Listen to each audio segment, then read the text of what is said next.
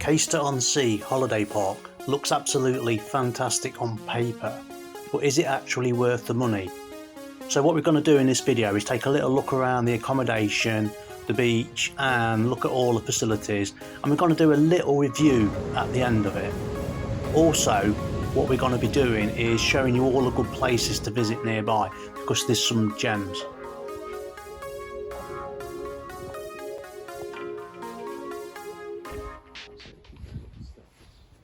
What we're looking at now is a bronze caravan, and I'm just going to take you inside and give you a bit of a tour.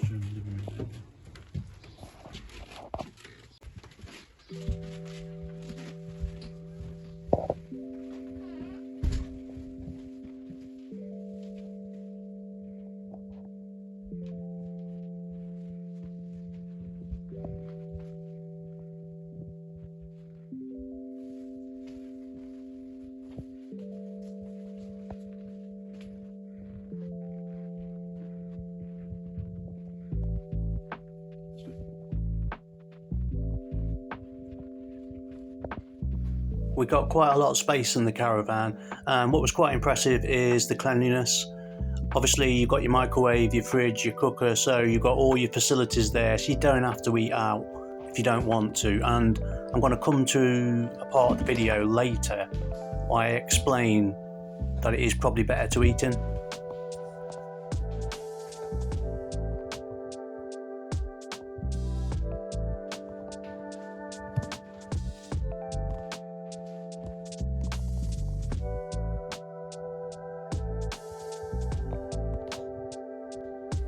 There's two small bedrooms like this. Only got two small beds in, and it is very cramped in there. That is the only downside. The bedrooms are a little bit small, but then you've got your larger bedroom towards the end of the caravan that's quite spacious, and you've also got a toilet through the back.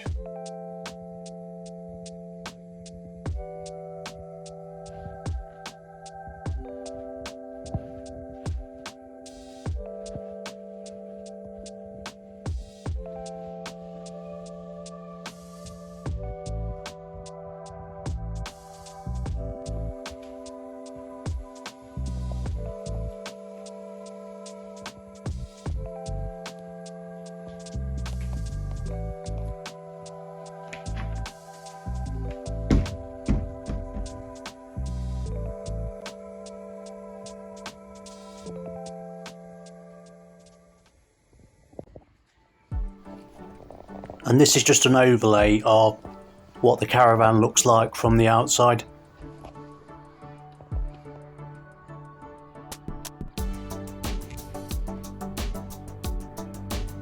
And now we're going to show you some of the activities and the facilities that are here, even though in reality we didn't get to use these facilities because we was on tour most of the time. But it was a very clean site, and there was quite a lot to do there.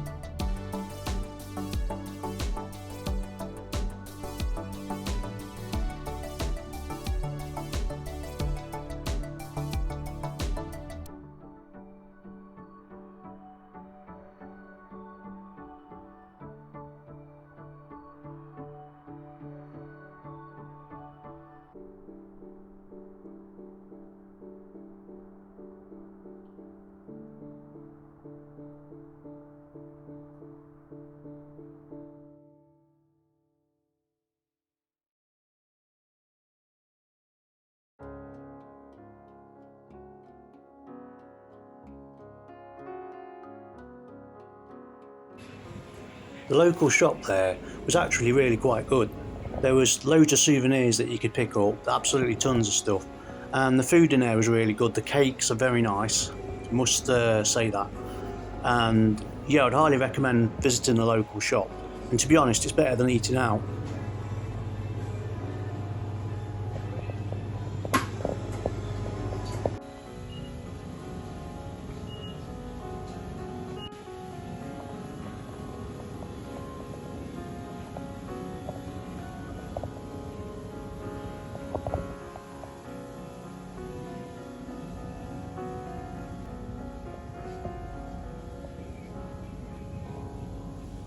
So this Haven Park has a variety of places that you can go out and eat at, like Papa John's, which is quite expensive, we thought.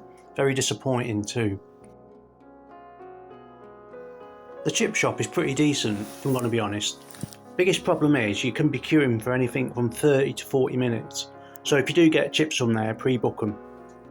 We didn't try the main cafe because it was a little bit on the pricey side. Then finally you've got a Burger King. Like most havens, there's the arcade facilities there, loads of stuff to do there, and there's a lot of entertainment.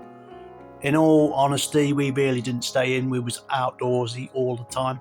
So now I'm going to show you some really good places to visit. There's actually a lot to do, particularly if you like history, and there's a couple of good national trusts I'm going to recommend first of all. So if you go down to Great Yarmouth, they've got the Elizabethan House Museum. That's like going in a time capsule. It's like going back to the days of the parliamentarians, and there's all these conspiracy stories, and it's just a really good visit. And then also the place that we like going to was Horsey Wind Pump. That's literally about 3 miles away. So this is a very scenic, very quiet and peaceful location. Brilliant for going and having a picnic. And there is I do believe there's a National Trust shop here. You can actually go inside the old windmill, and there's a lot of steps to go up, so I do pre-warn you, but there's a really good view at the top, and there's lots of different things to see inside, lots of stories, and overall, if you've got a National Trust card, I would say it is well worth a visit.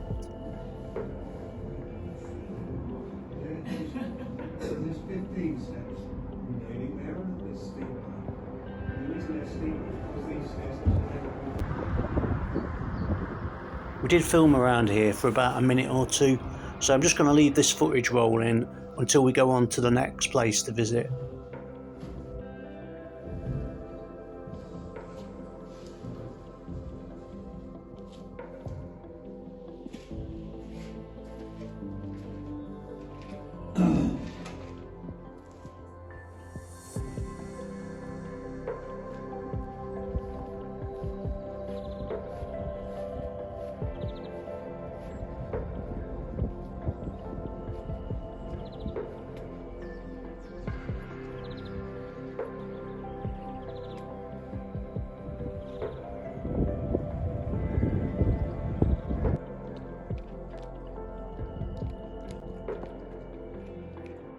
So one of our favourite places was Cromer. Definitely, the beaches were clean. It's just like an old Victorian seaside town still, and it's still got that British atmosphere. We didn't get a chance to film around here because we was having such a good time, but it was a really good place to go to and just totally recommend it. We decided to go to Sheringham for the day, and we had no expectation of the place at all, but it turned out to be probably one of our favourite places that we've been to. And we've been to quite a few places in the UK, but Sheringham was stunning. Stunning views, absolutely gorgeous beach, and it's just got that old seaside vibe. The only problem was we should have gone earlier in the day because there's just so much to do there.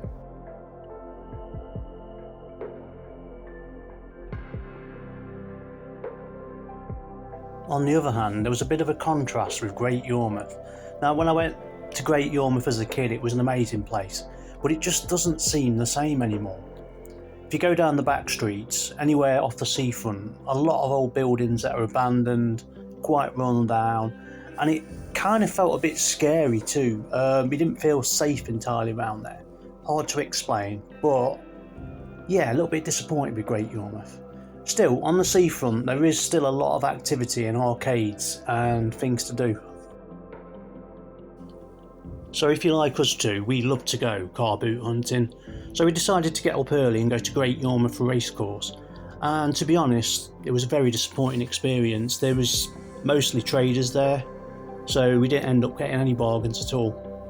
So I wouldn't recommend that one. The other one nearby, Ormsby, this is Saturday morning. It's a little bit better because there's a few cars that you get that are genuine sellers, but again, there's quite a lot of dealers there. Rollesby car boot was by far the best. It was a later start in the morning, and even though there weren't many stores, there were absolute gems there. So we spent £220 for 3 nights. Was it worth it? Brilliant location, lots to do. The only downside I would say is the food service. Overall, 77%. That's all for today, and thanks for watching everybody. Be back soon.